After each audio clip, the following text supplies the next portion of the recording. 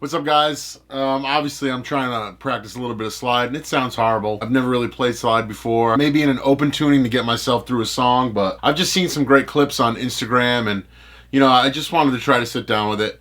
But it kind of brought me to a different video topic. A lot of times, we'll swap strings, we'll have problematic things with our favorite guitar, and we can't figure out what's going on, whether it be the weather and, the neck is changing, the guitar is adjusting, it's shifting. I just wanted to address a problem I have on my 57 Esquire and maybe talk about some ways to kind of keep those strings in tune, keep everything in tune, keep the guitar in tune, when you're bending, if you're stretching the strings. Just a couple of tips I can share, maybe will help you out. It's nothing really crazy. There's no real mind-blowing things here. It's just a couple of tactics I take when stringing up a guitar, just to make sure they're working at their full potential. You can either use the whammy bar or do some big bends, and you're not going to get back to an out-of-tune guitar, because nothing's more annoying than being out of tune. But yeah, check out some of these tips now. First style of guitar, I'll talk about the Telecaster. Even though this is an Esquire, it kind of falls in the same category. This is the simplest of simple here. You have your bridge piece bolted right to the body, string through design. You don't have any of the tremolo action that a Stratocaster would have.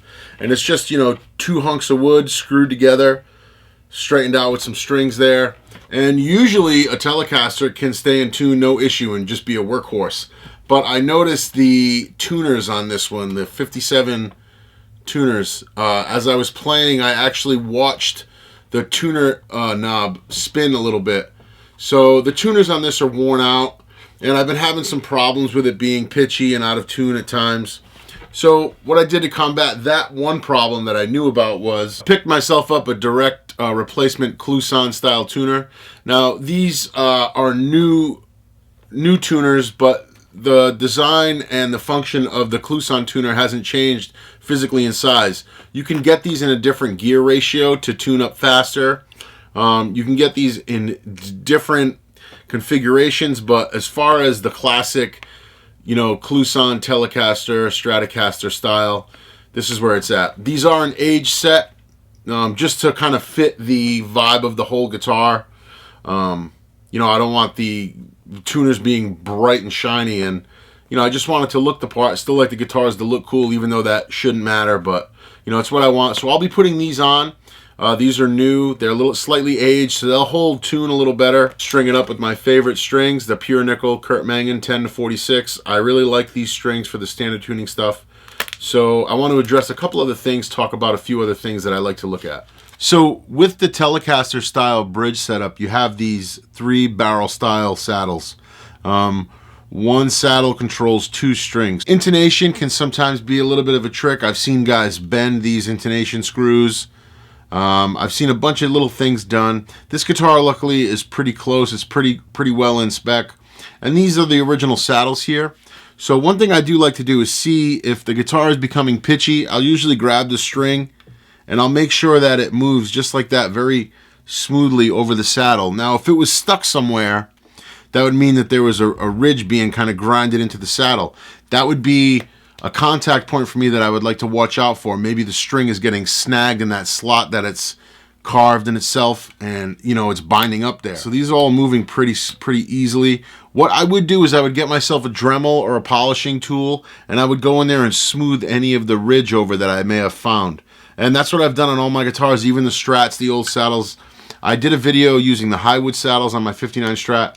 I've since then gone back and put the originals back on, and I just cleaned the saddles up. So I like to get myself some of this all-purpose white lithium grease. And what I'll do is, very carefully with a toothpick, I'll just put some on the edge. And everywhere where there is a contact point with the string, I'll just kind of coat that with this grease. Now, I know some people, there's a sauce out there that some people like to use, and people have a graphite lube they like to use. This stuff is easy for me to get. I work in the automotive industry. I can grab it whenever I want. And it does the same thing to me. It doesn't break down like you would think, and you don't have to use a lot. It just comes in handy, especially on those contact points where the string is gliding over. I just like to use that. I don't use enough to where it gets all over my hand or the guitar. When I say it's a minimal amount, it's just enough to where the string rides. I kind of just keep it slick there. Focusing our attention over here at the nut. If you've recently upgraded or changed your string size, you could have an issue here if your guitar is giving you tuning problems. What you can do is just take each string and carefully pull up, and if you hear an audible, a little ping noise, odds are that string is getting caught in this nut slot here. Now, you're supposed to file a nut slot to accommodate the size of the string. Some of the things I've done on the road, if you don't have the right size file, but you want to use a little bigger string.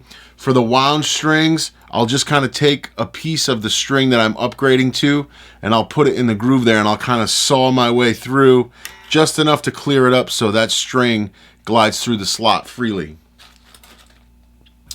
Now, when you get to the non-wound strings, when you get to the plain strings, you're going to have to really use your better judgment. Sometimes I've used a razor blade and gone in there and just made some room, or I keep some 320 grit sandpaper. You fold up a small piece and you just kind of make some leeway there for the string that you're going to use, just enough for it to glide through. You don't really got to go crazy. It's just got to sit in there comfortably. And now the thing is, you don't want to go too much and enlarge that hole beyond. It's still supposed to support the sides of the string in layman's terms, but you don't want to go too much to where the string can kind of dance back and forth in the groove there. You just want to go minimal till the string is gliding through there with no issues and no snags. And yes, I will follow it up with a little dab in each slot there after I've tuned the guitar to pitch a few times. So I'll put a little spot in there just so the string can ride through, no issues. Another thing too is, stretching the strings out. I see a lot of guys, they don't really stretch them too much.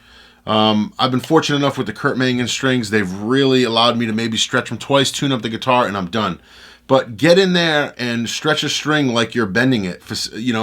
Recreate those bends you're doing, those pulls, and get right in there and get all you can out of those strings. So I'll just come in and I'll give them one of those, a big push all the way up, bring them down as far as you can. You don't want to snap them, but just get the most you can out of them. Bend them really, really well. Lastly, too, when winding around the Kluson posts, you want to make sure that you're not overlapped or hung up or doubling up on a wind. So I'll put the string into the post, I'll kink it down, and then I'll kink it around. And I'll start my winds. They should all start going under that kink that I've made. If you see one of your guitars with the strings kind of overlapping the winds here, and it's not uniform like a coil, you might want to start there and check that point out, because that could be an issue. The string's kind of moving on itself instead of being locked in by the wind. And also, another point I do like to put a little grease under would be the string tree. The E and B string do ride underneath there, and just a little dab will do you. So that's a Telecaster. That's the simplest.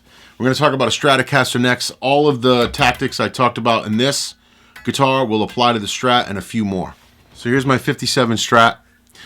You can see here, I don't know if the camera is picking it up, but you can see all of the tops of the saddles where the strings are going to ride are smooth.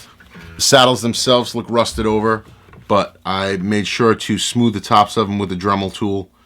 And, I think that just, if you grease that contact point, like I said, it just allows the string to move back and forth with no sags, because, believe it or not, when you're doing this, the string is still moving here. When you're doing a big bend, the string still is moving here, minute as it may be, it's still effective.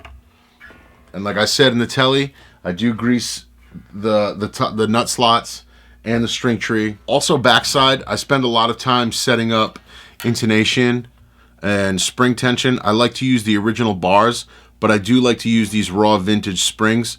Now on a stock Fender spring, I would probably have 4. The raw vintage really do a great job in easing the dive bombs, the whammy bar tension. So I'll use 5, and it kind of balances it out quite right. I do send the claw up quite a bit, but the whammy bar is effortless to use, and the guitar just seems to return. You can really spend some time and see, once you have the nut slots moving freely and the saddles moving freely, seeing what side of the guitar, what strings of the guitar are flat or sharp, and really finite using these claw screws. You can adjust that to, when you let that bar go, it really just pulls it into place. So that's what I do on a Stratocaster. Let's talk about some Gibsons. Now again, looking at a Flying V style guitar, the nut slot clearance is going to apply to this guitar as well. And, you know, winding the strings on the posts is going to apply to this guitar as well, winding them properly under the tuning posts. Coming through here, I make sure that there's no burrs, no damage, or no debris in these holes where the guitar is strung through the body. And when I get to the bridge contact point here, I'll really make sure that I put a magnifying glass in there, and I'll go in there with a nice file and make that not so much a V point, but more of a rounded bottom of a canoe kind of feel. This allows that string where all that weight is loaded down to really just rest comfortably in there. I find myself, I haven't broken a string on this guitar yet. It's been very, very comfortable where it's sitting. And those are just some of the things I try to do to get the most out of keeping a guitar in tune. So in your little kit for guitar repair, you know, you're obviously going to want your screwdrivers and stuff like that. But once you really start messing with your own stuff, these are nut slot files. And as you can see, I mean, right there we have a 16 thousandths file there. And I'll just keep these with me if I have a string that's hanging up. These will just do the job. They'll get right in there and clean that slot out. And again, like I said, you don't want to overdo it. You just want it enough so where that string glides through that break angle of the nut nice and comfortably with no stress, no snags. So that's something I will use. And like I said, if you don't have nut files and you don't want to spend the money on them, which I think everybody, if they start setting up their guitar, should, you know, for the wound strings, just use a piece of the string that you are going to use on the guitar. So if you're going to go from a 46 to a 48 and your 46 slot is obviously too tight, you just go in there with the 48 string, hold it with some leverage, and just clean that slot out just till that 48 glides through there with no issues. This little lithium grease, I think it's great. So I've seen guys mix graphite in this, and that's really all that graphite stuff is. It's a little white lithium grease with some graphite mixed in. I just use this, and like I said, I use it sparingly. A little dab takes care of it. So there you go. There's a couple of tech tips. It's nothing groundbreaking or, you know, reinventing the wheel here. These are all things that people just pick up along the way, and a lot of people do know them, but I know that some people do have some trouble with strings getting stuck, maybe when you're upgrading. One of the keys is, you know, having a guitar set up properly, and I try to push this quite a bit. A properly set up guitar will benefit you in your playing. The guitar overall will perform better and sound better.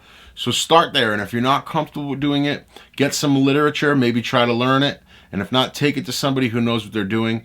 Odds are they'll probably catch the problems you have, whether there's a string hung up, and they'll contact you and let you know how to move forward. But I hope you guys can enjoy this video. I hope you can apply it to your guitar setup stuff. I appreciate all the positive feedback. I appreciate if you hit the like button, maybe subscribe if you aren't already. I do all kinds of videos with fuzz, Jimi Hendrix, Stevie Ray Vaughan, tones, all kinds of stuff. Whatever inspires me, I try to share with you guys. So I hope you appreciate this. We'll talk soon. I'm going to go back to learning some slide. I'm thinking about trying a ceramic slide. If anybody messes with ceramic slides, comment down below. Let me know what you hear a difference. I got to find one for these chubby fingers. We'll talk soon, guys. I'm going to work on this telly and play some more slide. Peace!